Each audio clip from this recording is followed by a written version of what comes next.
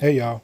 So apparently, there's a lot of people out here who think that Bianca Belair has been buried or depushed, or that she's some type of jobber to the stars because she didn't beat Charlotte on NXT.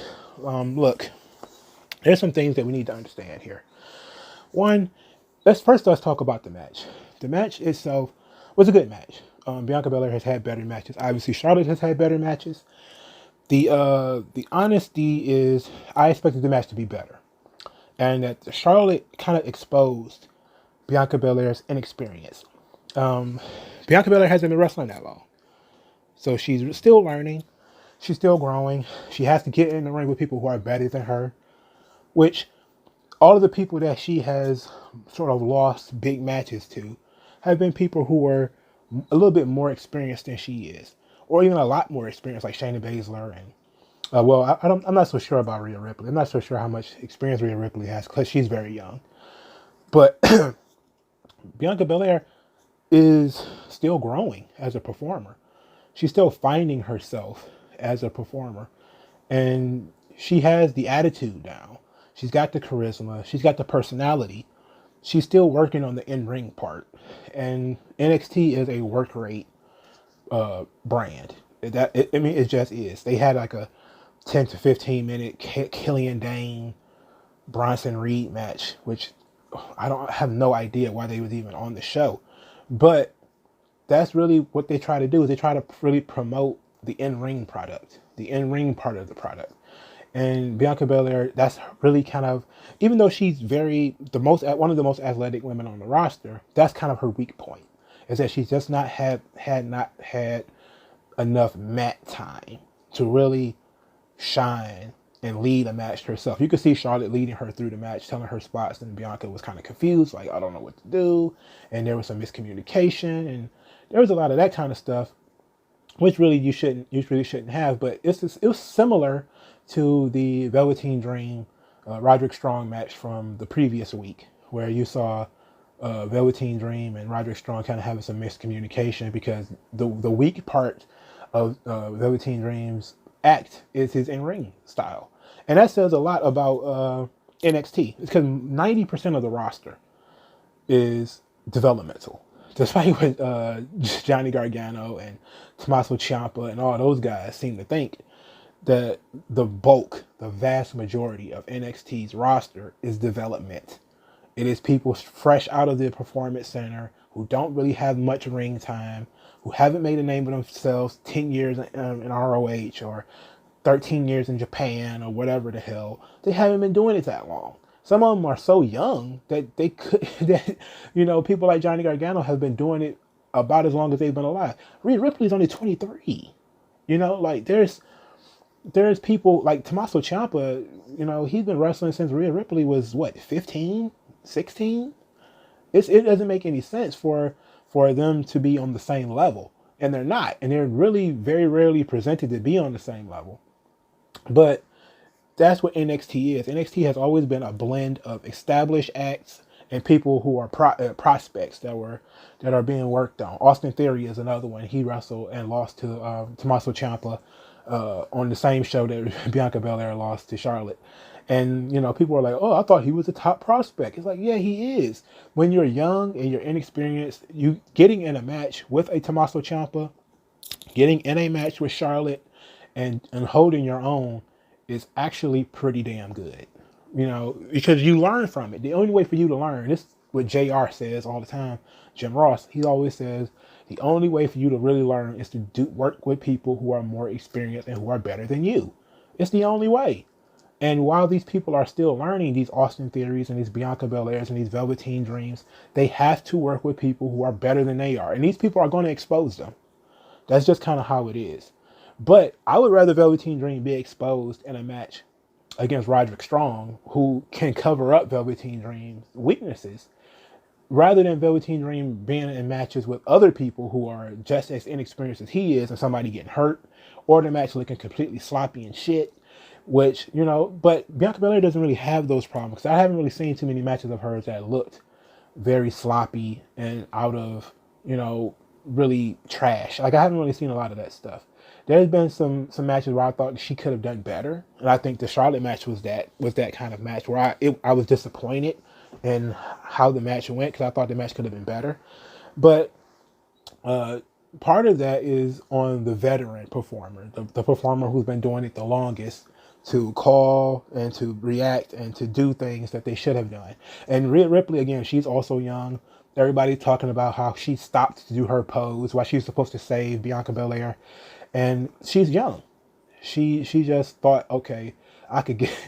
And it doesn't make any sense. You would think intuitively you would run to the ring, but uh, young people do young people stuff, and NXT is a school. It just is. People have to get that into their brain. But the first 4 minutes of this video was just kind of a preface to what I have to say now is that everybody can't win, and this is the big thing that I'm taking out of this whole Bianca Belair thing, is that a lot of people seem to think that you should always win, and that your momentum is dependent upon you consistently winning, when in reality it doesn't really work that way. There are times where you probably shouldn't lose because it kill your momentum, but those chances are really, really rare. This was not one of those nights for Bianca Belair. When she lost to Charlotte, it was not a match where she absolutely positively needed to win in order to go from star to superstar. She wasn't going to be, she could have been elevated, I guess, but she was going to be elevated to a point where she just would have lost again anyway. Instead of, okay, we're going to beat her and then build her back up again, which is what you do. This is what you do. This is how wrestling works. You build people up, they lose, you build them up again. That's just kind of how it works. This idea that everybody's going to be Hulk Hogan doesn't make any sense. Because Hulk Hogan and Stone Cold Steve Austin and John Cena and all these guys, they're just basically anomalies. And then the moments that you start doing that whole, they're going to win every match, people are going to complain. So people are going to complain if you lose, people are going to complain if you win. So I would much rather people get behind you and get invested into your story and what you're doing. And look, I'm not a fan of this Bianca Belair triple threat idea with Charlotte and Rhea Ripley. I don't like it. I made a video saying that I don't like it. So I'm pretty clear on how I feel about it. But I also have been pretty clear on the fact that I think Bianca Belair is probably one of a future huge superstar, especially when she gets on TV and gets in front of 1 million viewers. Because the Royal Rumble is really what made her a big star. Because people kind of saw her for the first time and thought like, oh my gosh, she's a freak of nature as far as her physicality is concerned. But now she has to get in the ring and carry matches herself, and she's not really at that point yet, and that's fine because she's still pretty young. She's gonna figure it out. But I'm not in favor of we're just gonna super push everybody, because you can't super push everybody. Somebody's got to lose. Okay, so if you beat Charlotte, then Charlotte won the Royal Rumble for no reason. Okay, if you so you can't do that, and you can't be like, well, she's going to go into WrestleMania with no momentum. Charlotte also needed momentum, so then your other option is to not do the match. So that means you're going to have Bianca Belair barking on the outside of the ring for the next month and a half and saying, I should have got my shot, and she didn't get a shot, and then everybody feels like, oh, that's so unfair. It's like, okay, you have to be decisive. And to me, being decisive is beating Bianca Belair to get her out of the conversation, even though she's probably not going to be out of the conversation. But beating her to get her out of the conversation, and then focusing wholeheartedly on Rhea Ripley versus Charlotte. Because Rhea Ripley is also still young and needs to have this experience and needs to be in a position where she can wrestle people better than she is, so that she can learn and she can grow, because she can also has potential to be a superstar. So you can't this idea where we're going to build multiple stars in one feud. It's just not going to work, because somebody has to win, somebody has to lose. Okay, now Charlotte is in a position where she can make one of them, but you're asking a lot for her to make both of them. Like you're asking her to perform a miracle. She's not a miracle worker. Okay, so like two people who aren't stars can't make each other. Okay, now I know that people seem to think that you can have a 5-star classic on the indies, but if a tree fell in the woods and nobody saw it, who really cares? You're not really a star on the indies unless you're you know, your well, you can be a star on the indies. Let me not say that, but it's very rare that you can become like a huge star on the indies. Most people on the indies aren't stars, and because they're not really known outside of whatever circuit they run in, or you know, people have to go out of their way to find your work. You're not a star. You know, if you were a star, people will be presenting your stuff to them, to other people.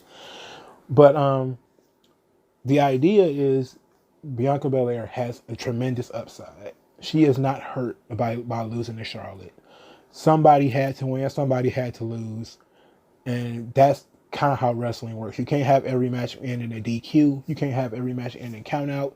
You can't protect everybody. You have to be decisive, and decisiveness is the one thing in this business that I really miss. Is that we're gonna go with somebody. That's what we're doing. Not none of this wishy-washy, well, kind of, maybe. People might revolt if we do this. People might revolt if we do that. Blah, blah, blah. The wishy-washy doesn't get anybody over. When people get over, it's because the office made a decision, a flat-out decision. This is the guy. This is the situation. This is what we're doing. No wishy-washiness. No, nothing. This is what we're doing. When they decided to go with John Cena, they went with John Cena. They didn't care about fan reaction. They didn't care if Chris Jericho was more over or if Christian was getting over or if Kurt Angle was more liked. They didn't care. They said, John Cena's the guy. We're going with John Cena. John Cena got over. Okay? That's how it works. When you start doing this wishy-washy shit where, well, maybe we'll do a triple threat match and then you're going to split the crowd reaction 3 ways. Or even split the crowd reaction in a weird way because look, nobody wants Charlotte to win this match. Let's say, let's stick on the Charlotte Bianca Belair Rhea Ripley situation. Nobody wants Charlotte to win the match. Everybody hates Charlotte. Nobody likes Charlotte. No, so why would you interrupt? Why would you inject another option into the match to fuck over Rhea Ripley? Because she also needs to be built up. So now you're going to say, well, yes, the crowd should be 100% behind Rhea Ripley as the inexperienced champion, fighting the more experienced champion, you know, perennial champion in Charlotte. The crowd is going to get behind Rhea Ripley. Okay? Why would you inject another party into that feud to split Rhea Ripley's crowd reaction? Why would you do that? And then you're going to end up with the same bullshit complaints anyway, because no matter who wins or who loses, it's going to be the same problem that you didn't go with somebody else who also needed to win. So WWE needs to be decisive. And I feel like they need to be decisive completely on this whole ordeal. No triple threat matches. None. Make a decision over who is going to be the top dog and then go with them. Now, I think in NXT, they have made the decision by beating Bianca Belair, by having Charlotte beat Bianca Belair. I think they made their decision that Rhea Ripley is the top dog. And they're going to go with Rhea Ripley versus Charlotte. But they're also talking about now we're going to do this tournament or whatever. And there's going to be a ladder match at NXT TakeOver Tampa Bay. And the winner of this match will be the number 1 contender for the women's title. And a lot of people think that Bianca Belair is going to win that match, win this ladder match. And then she's going to challenge, or kind of like a Money in the Bank, cash it in at WrestleMania. And I don't like that. I don't like it. It sucks. Because again, we go right back to the triple threat idea. It sucks. Be decisive. Let Rhea Ripley and Charlotte have their match. And then you give Bianca Belair her next match. You know, you could even do it in a smarter way and have Charlotte beat Rhea Ripley, but lose the title to Bianca Belair. Then done and done. Then you could have Charlotte go back to SmackDown or back to Raw, wherever she came from, and you could have Rhea Ripley versus Bianca Belair as a legitimate feud with both of them being top stars. And Bianca lost to Rhea Ripley, but she beat Charlotte, even though she had lost to Charlotte already. And you have more of a mix of what's going on, but you're still going with somebody. You're not wishy-washy. You're not handcuffing people together so nobody can grow. You need to make a decision. WWE needs to make a decision. Do not listen to these people who are talking about, well, you're killing Bianca Belair's momentum. No, you're not.